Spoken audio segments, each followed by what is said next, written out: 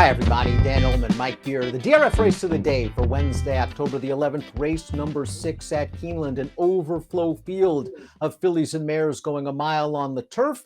Let's take a look. This is a first level allowance. $110,000 is the purse, Mike. Wide open race on paper. The 3 up and down is your 7-2 morning line favorite. Just missed last time out at Kentucky Downs. Pretty good effort last time. Yeah, I mean, I didn't see a standout in this field, Dan. That's, I think, sort of why you get the 7-2 morning line favorite. It's kind of a wide open race. I didn't think there was just one horse that really led the pack in here. I think it's going to be a pretty competitive race here. 12 in the body of the field, 13 through 16 also eligibles. Let's throw up our Timeform US pace projector for this race. The 6 Whiskey Lullaby is a speed horse. I would expect her to be on the lead in here, making her first start off the Robertino Diodoro claim.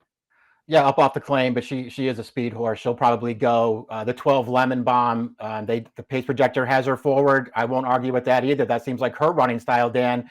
The post didn't do her any favors, but she's lightly raced and pretty good. And the 7 Secret Statement will be stretching out off several dirt tries as she makes her turf debut. She could certainly get close to the pace as well. A horse that would really appreciate it if the pace gets hot is the number 1, Make the Boys Wink. This horse looked pretty good winning at Ellis Park 2 starts back. It was a maiden race. Now, she finished behind up and down last time out at Kentucky Downs. She didn't have a clean trip in that race. Yeah, trip didn't really work out for her there. She was certainly going to be a lot closer at the end of that race, and she just didn't really find any room to run through the stretch. I liked her win 2 back. The trip was there for her. She also won that race really easily, though, even 3 back off that little bit of a layoff at Ellis Park.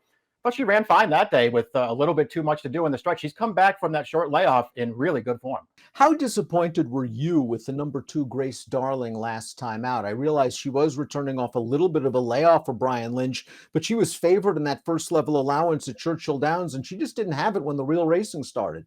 It was a little disappointing. It was first back from a 6-month break, though, Dan. And to me, anyway, it just really looked like she needed the race. First of all, she got really headstrong early in that race. It was hard for Gaffalione to get her to settle. Then when he finally did, she was in the mix through the upper stretch, and she just got really tired at the end of the race. To me, it just kind of looked like she really needed it. Her first 2 starts over here, listen, the Florida Oaks wasn't an easy situation anyway, but I'm not sure that she was ever in position to really be effective there after getting bumped hard at the start. Her maiden win, she might have beat a bad field that day. She was pretty impressive. Up and Down is the number 3. This horse earned a stakes placing at Woodbine 2 starts back when trained by Chad Brown. In her first start for Graham Motion, she did this, going 7/8 of a mile off a short layoff at Kentucky Downs. She finished second in this race, with the 4th place finisher coming back to win a $50,000 starter allowance at Santa Anita with an 81 buyer. Make the Boys Wink finished 11th. Up and Down got a cleaner trip. Up and Down ran a solid race. Yeah, she runs okay in this race. I'm with you. I thought the trip ultimately worked out. She got to save a lot of ground. She did have to sort of edge out from behind horses there through the upper stretch, but she has time here, Dan, and she's got a shot at this thing, and she'll make a pretty nice late run into it here. Not a bad performance at all. All of her starts are pretty good. She's the morning line favorite. I can't argue with that. She's probably the horse to beat, but far from a standout. The 4 A Clever Joke, another horse coming off a subpar running line, but has the back races to contend in her best performance. 2 starts back, she ran very, very well in a 2-life allowance at Churchill Downs. She had the lead, she just missed. Last time out was kind of a non-effort at Ellis Park, but it was nice to know at least that another also ran. A horse that finished 8th would come back, run second in a first level allowance at Kentucky Downs with a 78 buyer, then won at Churchill at this level with an 81. Yeah, a lot of little layoff lines here. It seems like she can't put races, right back to back, but she's overall her form is fine. She has the race 2 starts back where, personally, I didn't think she had some kind of huge excuse in there, but I guess that race would give her some kind of a chance in this race, Dan. I didn't love her, but she's 15-1 on the line. Lilac Girl, the number 5, reunites with Louis Saez, who was aboard for the runner-up finish 2 starts back during the Keeneland spring meet over this course, over this distance. Last time out at Kentucky Downs, it was her first start off of a lengthy layoff. I thought she really never got into a comfortable position. She got tired in the stretch. I think it's a good building block effort, and she should have gained fitness from that performance. Yeah, it's a race at Kentucky Downs, too, so it's sort of easy to maybe just want to be a little bit lenient on her for it. Her race at Keeneland off the really long layoff 2 back,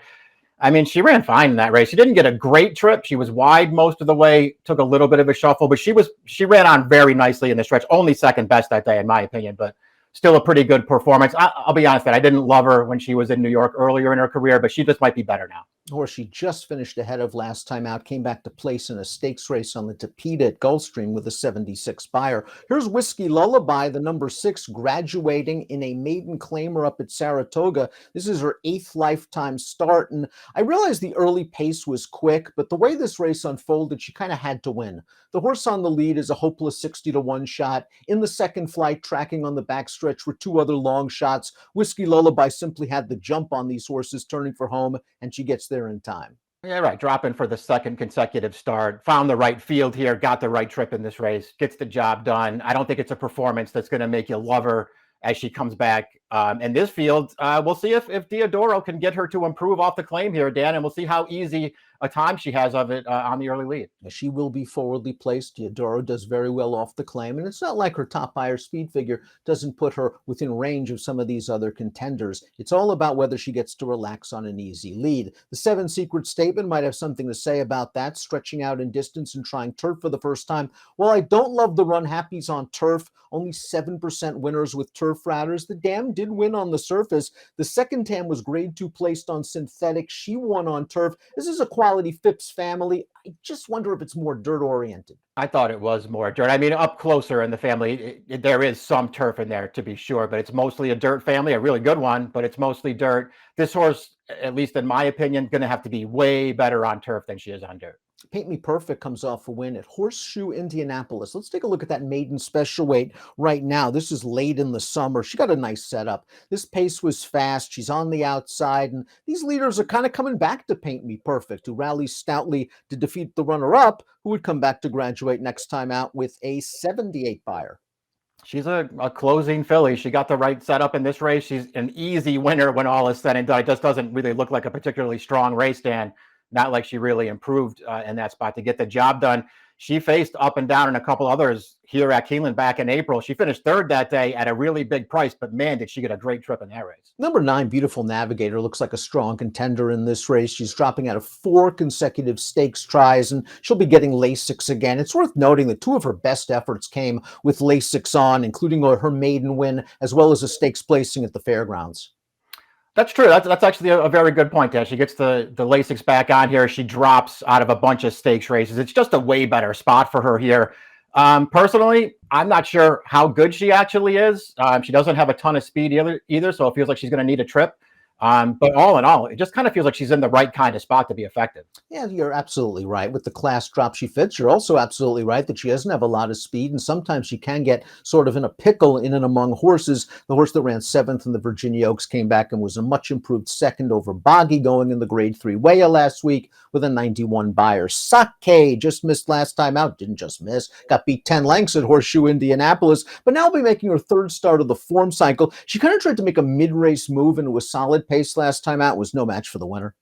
Yeah, she wasn't. The winner came from dead last in that race and just steamrolled that field. This horse did try to get involved. I guess she ran okay in that race, Dan. She has a couple of races on the go back that are better than that performance, including one here at Keeneland last October. So maybe that's a good sign for her. This post didn't do her any favors. I thought that race at Keeneland was pretty good last fall, considering it was her first start off of a short layoff, had to work out an in-out trip, and then she was second best to a rail-skimming favor who's turned out to be okay. The 11-star Fortress in many ways is the key to this race. This is a European invader going out for a very good trainer in Cherie DeVoe, and she has kept exceptional company in her last couple of races. 2 starts back, she was in against Al Hussein and Nashwa. They're 2 of the better filly and mare turf horses in England. Last time out, she took a little bit of a class drop, but so did the winner, who is much the best. No excuses for Star Fortress, who's had a good trip, loomed boldly at the 3/8 and then just flattened out. What about the distance, Mike? Is this too sharp for her?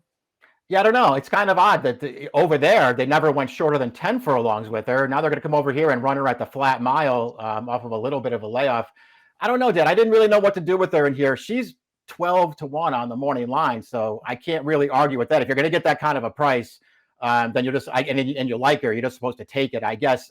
I didn't love her races over there. That's all I can really say about it. She did keep good company. She's shaped with potential in her first couple of starts. I don't really like anything she did after that. But listen, maybe she didn't want to go that far, and the mile will be better for her. Lemon Bomb is the final horse in the body of this field. She'll pick up the services of Arad Ortiz Jr. This was a gate-to-wire winner at Ellis Park 2 starts back, and last time out was really eager in the early portion of that race, and I think she paid the price for that. I think she likes to be on the engine. I'm not sure she's going to be able to get the lead. She's going to have to work from a tough outside post. It's going to be interesting to see what Irad can work out for her from post 12. I actually feel like she's a pretty strong contender in this race. I like her turf races. I think she's actually pretty good. But she's going to have to work something out from post 12 here. Maybe this pace just won't be that fast, though, Dan. It'll allow Irad to get forward and then get over to save a little bit of ground. I don't think she's overmatched in this field. I'm worried that she won't get the right trip. 13 through 16 are also eligibles. If we had to pick one, Mike, maybe the 4-team Empirical View would be the one for me. Just such drastic improvement last time out on the turf makes me think this is the surface all along. Yeah, I kind of agree with you there. I don't know that I'd be thrilled to take any of these horses if they got in, but if I had to take one, it might be the 14. Before we take a look at our top selections, please click the subscribe button on the Daily Racing Form YouTube channel for the latest DRF videos. Top pick time for the Wednesday race of the day. I think we're supposed to look for prices in here. I think you might get a better price than me. Star Fortress is 12 on the line. I think she'll take money based on those European lines. I don't mind her cutting back in distance. I'm expecting a strong kick. Grace Darling might be dirtied up a little bit, Mike. Yeah, just stayed towards the inside. I did think Grace Darling could be a little dirtied up here. I really did like her stateside debut. Maybe it was just a bad field, but I thought she looked good winning that race. And to me, it just really looked like she needed that first start back from the layoff last time. 2135 for Mike, 11963 for me. Nice race of the day on Wednesday at Keeneland. It is the 6th. Best of luck.